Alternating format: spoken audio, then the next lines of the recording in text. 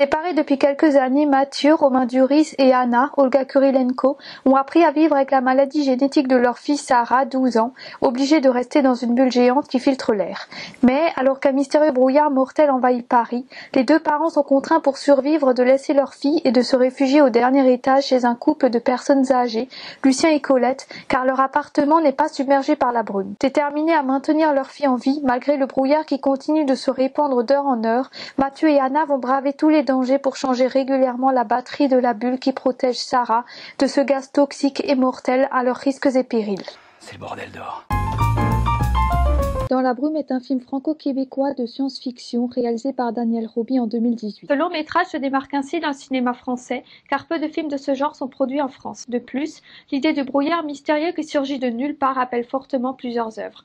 Le film The Fog de John Carpenter et la nouvelle de Stephen King, The Mist, qui sont tous les deux sortis en 1980. Cette dernière a d'ailleurs donné lieu par la suite à une adaptation au cinéma en 2007, et plus récemment à une série du même nom diffusée en 2017, qui prend toutefois des libertés par rapport à l'histoire originelle. Daniel Roby est connu pour avoir gagné 3 récompenses pour son adaptation du roman La Peau blanche de Joël Champetier en 2004. Le prix Claude Jutras, le prix du meilleur premier long métrage canadien au Victoria Independent Film and Video Festival et enfin le prix du meilleur premier long métrage canadien au Festival international du film de Toronto. Daniel Roby signe avec Dans la brume un film intimiste centré uniquement sur 5 personnages principaux très attachants car ce sont des gens simples auxquels on peut facilement s'identifier. Le spectateur suit d'abord le quotidien d'Anna, Olga Kurilenko et de Mathieu, Romain Duris, un couple divorcé depuis quelques années mais très complice, ainsi que de leur fille Sarah, Fantine Ardouin, atteinte d'une maladie auto-immune. Leur quotidien est très largement facilité par une nouvelle technologie mise à leur disposition. On peut voir par exemple Anna donner un cours individuel avec sa webcam à un élève en difficulté, ou consulter une application sur son téléphone afin de connaître en temps réel le niveau de batterie qu'il reste à la bulle de sa fille pour que celle-ci continue de la protéger en filtrant l'air. Sarah, quant à elle, reste en contact avec ses parents à tout moment de la journée à l'aide d'un talkie-walkie et discute avec ses amis atteints de la même maladie qu'elle par vidéoconférence. Lorsque la brume envahit Paris, Mathieu et Anna vont se réfugier chez un couple de retraités fort sympathiques, Lucien Michel Robin et Colette Anna Gaylor. Cette dernière a parfois des pertes de mémoire et son mari a choisi de la préserver de la vérité pour la protéger en lui mentant sur la gravité de la situation. Lucien, qu'est-ce qui se passe? Qu'est-ce qu'on entend? Mais c'est rien, ma douce. Y a rien à voir dehors. C'est des jeunes qui jouent avec des pétards. Ça va aller. Ne t'inquiète pas.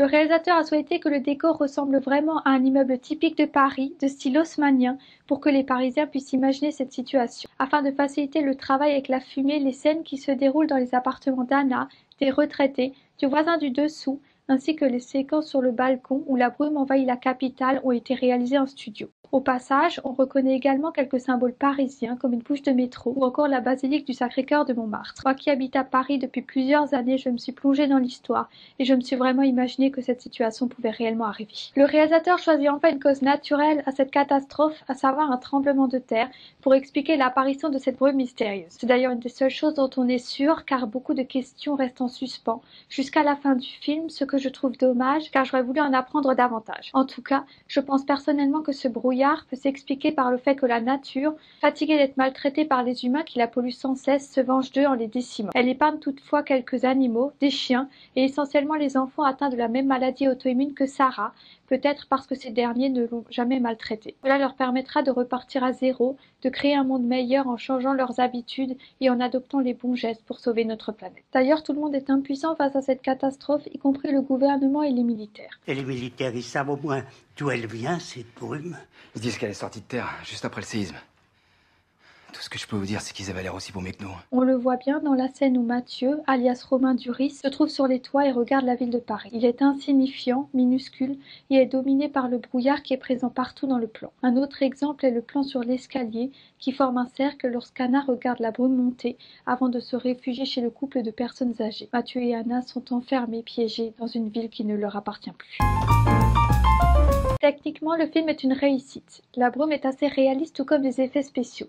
La musique est également très présente dans les moments importants et rythme le film. Elle permet de garder le spectateur en haleine et retranscrit bien l'ambiance pesante du film. Enfin, pour moi, le point faible du film est le scénario qui n'est pas assez travaillé et reste brouillon. On a l'impression qu'il a été écrit à la dernière minute car le sujet est à peine effleuré. En effet, beaucoup de questions restent sans réponse et le spectateur est encore plus perdu à la fin qu'il ne l'est au début. De plus, il faut noter quelques incohérences. Pourquoi certains chiens meurent-ils lorsqu'ils sont confrontés à la brume et d'autres sont-ils immunisés? Pourquoi certains d'entre eux deviennent-ils agressifs? Pourquoi Mathieu se déplace-t-il uniquement à la fin à l'aide d'une mobilette? Je me suis ennuyée plusieurs fois lors du visionnage. Le film s'essouffle rapidement et ne parvient pas à décoller malgré quelques scènes magnifiques, comme celle où le brouillard envahit Paris, ou la course-poursuite avec le chien. J'aurais aimé que le réalisateur prenne plus de risques. Pour conclure, Dans la brume est très bien réussi techniquement, mais ne parvient pas à décoller à cause d'un scénario inachevé et plein d'incohérences. Les personnages sont attachants et les acteurs sont bons. Mention spéciale toutefois à Romain Duris que j'ai trouvé particulièrement touchant dans son rôle de père prêt à tout pour sa fille. Le film se laisse toutefois regarder mais comporte quelques longueurs. Le spectateur reste sur sa faim. C'est dommage parce que ce film avait beaucoup de potentiel.